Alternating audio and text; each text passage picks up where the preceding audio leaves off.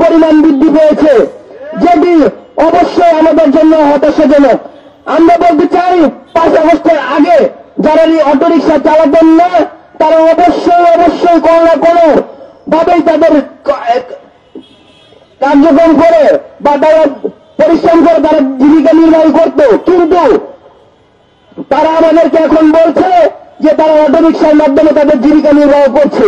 কিন্তু আমরা দেখতে পেয়েছি তাদের যে এই সরকারের যে ব্যর্থতা, এই সরকার যে সিন্ডিকেট ভাঙতে পারেনি তারই প্রতিফলন করছে।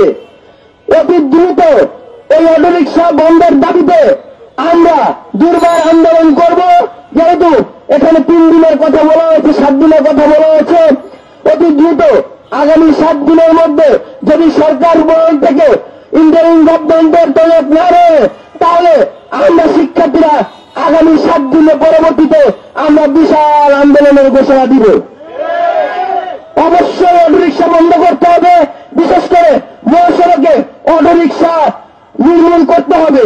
অটোরিকশা যদি মহাসড়কে দেখতে পাওয়া যায়, সাথে সাথে যে দায়িত্বরত ট্রাফিক কর্মকর্তারা থাকবে দ্রুত অটোরিকশা ডান দিয়ে নিতে হবে এবং এই মালিকের বিরুদ্ধে আইনি পদক্ষেপ নিতে হবে। এই দাবি জানিয়ে আমি আমার সংক্ষিপ্ত বক্তব্য এখানে শেষ করছি। সকলকে ধন্যবাদ। অতি দ্রুত এই অটোরিকশা মহাসড়ক থেকে অপসারণ করবে এই আশা ব্যক্ত রেখে আমার বক্তব্য এখানে শেষ করছি। সকলকে ধন্যবাদ।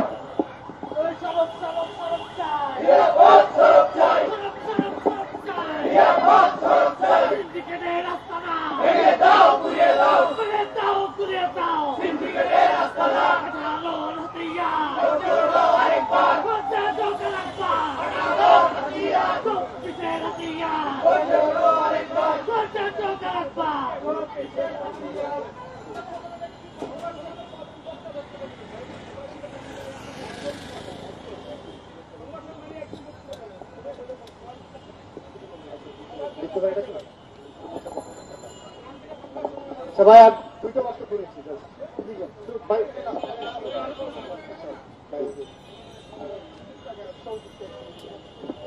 প্রিয় সাংবাদিক বিন্দু, আপনারা অবগত আছেন যে নিরাপদ সড়ক আন্দোলন সেই 18 পরবর্তী সময় থেকে এ পর্যন্ত সড়কের যত অনিয়ম, বিশৃঙ্খলা, দুর্নীতি এর বিরুদ্ধে সরব হয়েছে।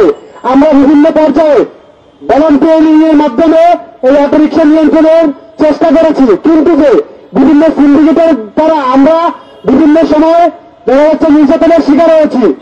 তো এ পর্যায়ে আমাদের মাঝে শুভেচ্ছা বক্তব্য রাখবেন সহযোদ্ধা নিরাপদ সড়ক আন্দোলনের অন্যতম সহযোদ্ধা ও সচেতন নাগরিকের ব্যানারে অটোরিকশা অপসারণের যে উদ্যোক্তা শাহিদ আহমেদ বক্তব্য রাখার।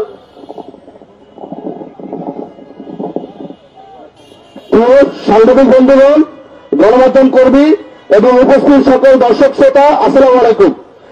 প্রতিদিন আমরা যে ভয়াবহ সড়ক দুর্ঘটনার খবর পাই তার পেছনে একটি বড় কারণ হল ট্রাফিক শৃঙ্খলার অভাব এবং অবৈধ যানবাহনের দৌরাত্ম্য।